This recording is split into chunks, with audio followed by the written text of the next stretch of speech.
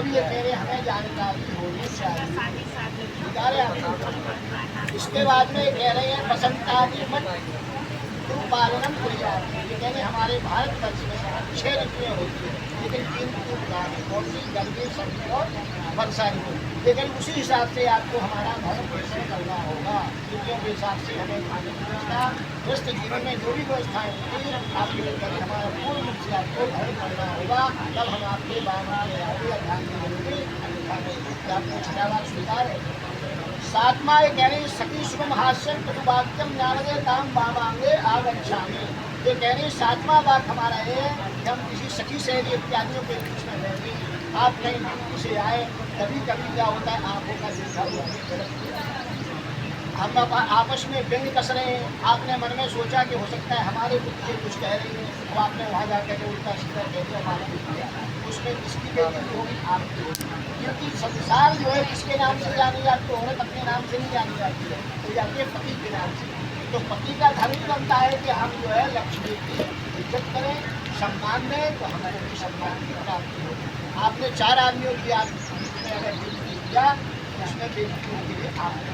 इसलिए कोई ऐसा कदम न उठाए कह रही है। अगर हमसे कोई भविष्य में गलती हो जाती है कह रही है, तो हमको घर में आकर के समझाए, हमारी बात का साधन सातों बात स्वीकार है। तो देखिए जब भगवान शंकर पार्वती का विवाह हुआ तो पार्वती ने अपने सातों बात मान लिए, तो पार्वती युक्त करके भोले जी के नाम मनाने जाए। तो भोलेनाथ जी ने कहा कि पार्वती जी रुक जाइए, इतनी जल्दी नहीं अभी आपने तो हमारे पूरे वचन मांगिए। तो धीरेन जी भी कह रहे हैं कि हमारे इच्छा है, तो बोले आप भी मांग लीजिए। कहने का आपने 7 मांगे, तो कह रहे हम 14 मांगेंगे। तो बोले नहीं 14 तो नहीं, तो बोले 7 ही दे दो। तो बोले 7 भी दो, तो बोले फिर आधे दे दो, 7.5 के आधे दे, 4.5 4 लाख मांगा।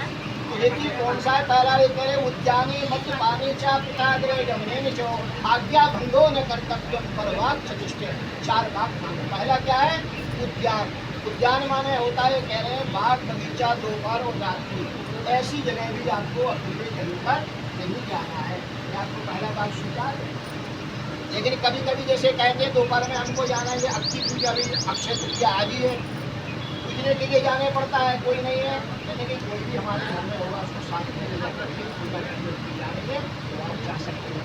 अब रात्रि में हमारे घर में कोई नहीं है, रात्रि में हो सकता है कोई परिस्थिति आ गई तो हमको कहीं जाना पड़ा, तो जो है परिस्थिति बस ये कह रहे हैं आप जा सकते हैं। और वैसे आजकल जो है मोबाइल चल गया, व्यवस्था है सारी है, ठीक है, आपको स्वीकार है।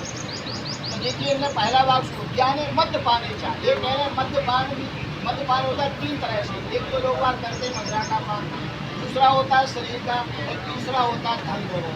तो ये कह रहे हैं ऐसे लोगों से भी आपको नहीं कहना है। तो ये कहते हैं मतवाला के भाती भी होता है, उसके सामने भी नहीं जाना चाहिए। बोले नहीं, भाती जो है जैसे महालक्ष्मी पूजन आता है, बोले उसकी हम पूजा कर सकते, उसकी बात नहीं है।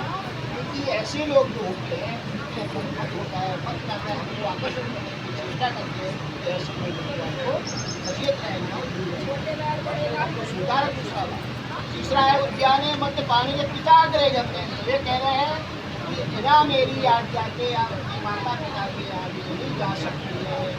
लेकिन हमारे भारतवर्ष में 2 त्यौहार ऐसे होते हैं, एक होता है और एक होता है रक्षाबंधन। इसमें अगर हमको भाई भाभी या माता पिता को ना बुलाएं तो बिना बुलाए भी हम जा सकते हैं। लेकिन अन्य कार्यों में अगर हमको बुलाया नहीं है तो हमको कदापि नहीं जाना चाहिए, चाहे वहाँ पर 100 की वर्षा क्यों ना हो। क्यों?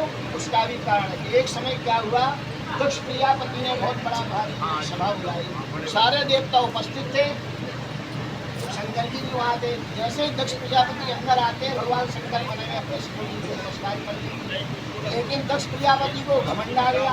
देखो सारे देवता हमको नमस्कार करते हैं, तो हमारे दामाद जी बैठे हुए हैं, हमको नमस्कार भी नहीं किया है। बोले आज के बाद जितने भी यज्ञ होंगे हम सबको इन्वाइट करेंगे, ठीक है? भोलेनाथ को भगवान शंकर से बोल करने लगे। लेकिन दक्ष प्रजापति ने कहा कि सबसे पहले मैं ही यज्ञ करूँगा और मैं उनको नहीं बुलाऊंगा।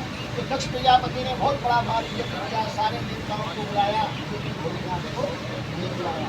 लेकिन नारद जी एक ऐसे हैं कि सब कुछ सूचना दे देते हैं, नारायण करते हुए कैलाश पर्वत से पहुँच जाते हैं।